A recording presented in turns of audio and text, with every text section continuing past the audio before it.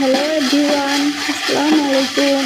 আজ আমি 2 কেজি পোলাও চাউলের পারফেক্ট বিরিয়ানি রেসিপি আপনাদেরকে সাথে শেয়ার করব। প্রথমে আমি মাংসটা সুন্দর করে রান্না করে রেখেছিলাম, সব কিছু মিশিয়ে মশলাপাতি সব কিছু ঠিকঠাক করে দিয়ে ওইটা সুন্দর করে আমি নর্মাল ফ্রিজে রেখেছিলাম।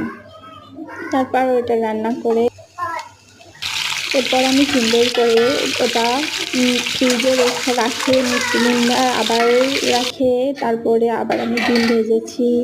এরপর চাউলটা সুন্দর করে ভেজে নিয়েছি। তারপরে চাউলের মধ্যে যতটুকু সম্ভব পরিমাণ মতো পানি দিয়ে অ্যাড করেছি। তারপরে আমি চাউলটা ঝরঝরা করে নিয়ে সুন্দরভাবে মাংসটা দিয়ে যত বিরিয়ানির মশলা, তারপরে দুধ, আপনারা চাইলে টক দইও দিতে পারেন। আমার কাছে টক দই মুহূর্তে ছিল না, আমি কাঁচা দুধের মধ্যে একটু লেবুর রস আর একটু চিনি অ্যাড করে ওটা মিশিয়ে দিয়েছি।